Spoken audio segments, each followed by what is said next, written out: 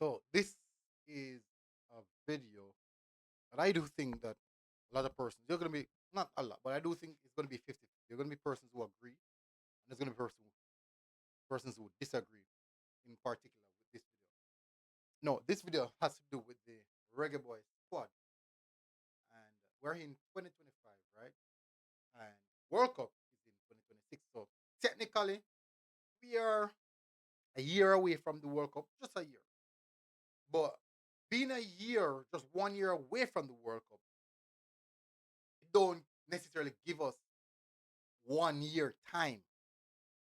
So if you look into it, where international duties are concerned, there is a limited time period where those good games are clustered in, and you have to play those games in that little small cluster,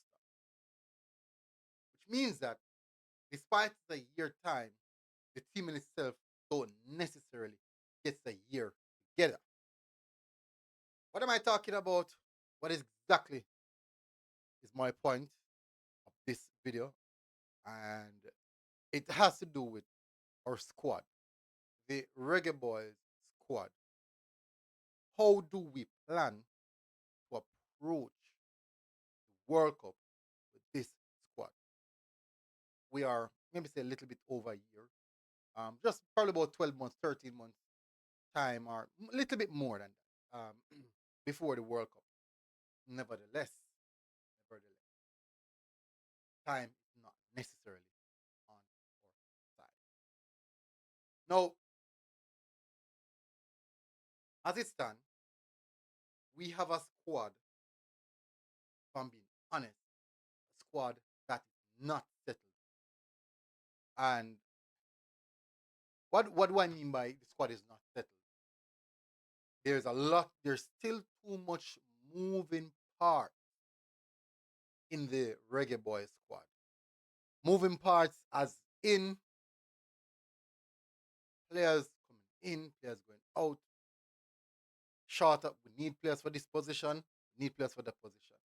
That's what I mean by moving parts and also not a settled squad. Now we have a major tournament coming up, which is the Gold Cup.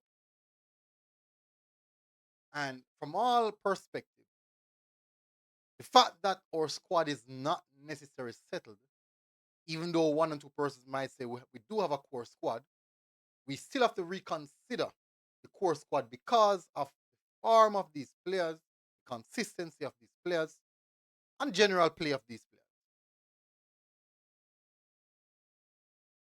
Major tournament that is coming up is the Gold Cup. I think this is likely going to be the only tournament that prior to the World Cup we might have players playing consistently together, also the opportunity to train together for a time period. To train together, play together at a high level at a high level where performance is concerned, and to compete versus some of the best, some of the world's best.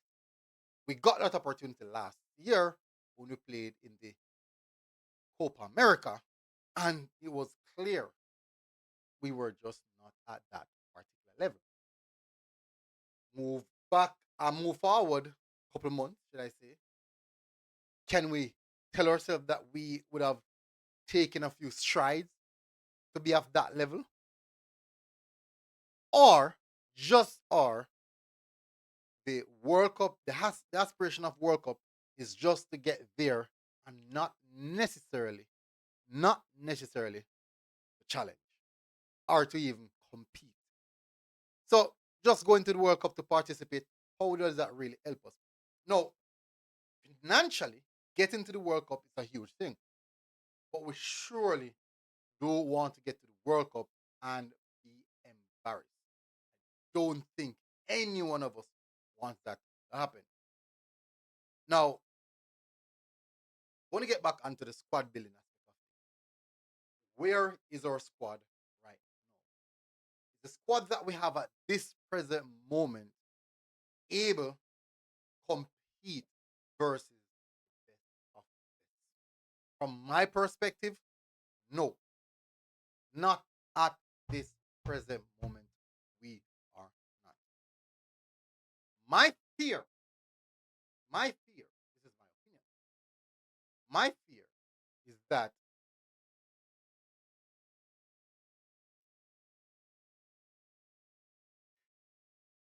yo, my fear is that after the Gold Cup, we might still not have a settled squad.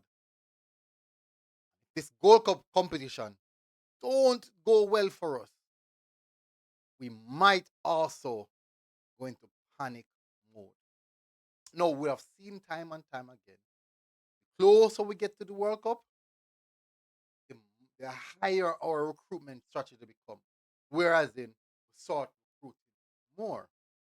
Now, I am not saying we should not recruit. What I'm saying is can't be a case in which we intensify the recruitment closer we get to the World Cup. Whereas other teams already have a settled team knowing what they are the team that they're carrying to the World Cup to go and perform. Whilst we try to get them, get right back, left back, right wing, left wing, central midfielder, defensive midfielder, goalkeeper. That's the position that we're in right now. I do believe that this is now the Gold Cup should be the last straw, or tentatively. Why? Any recruitment that is going to be made after the Gold Cup must be players who significantly going to improve the squad and not players who are so-called had value. Not a player replacing a bench player.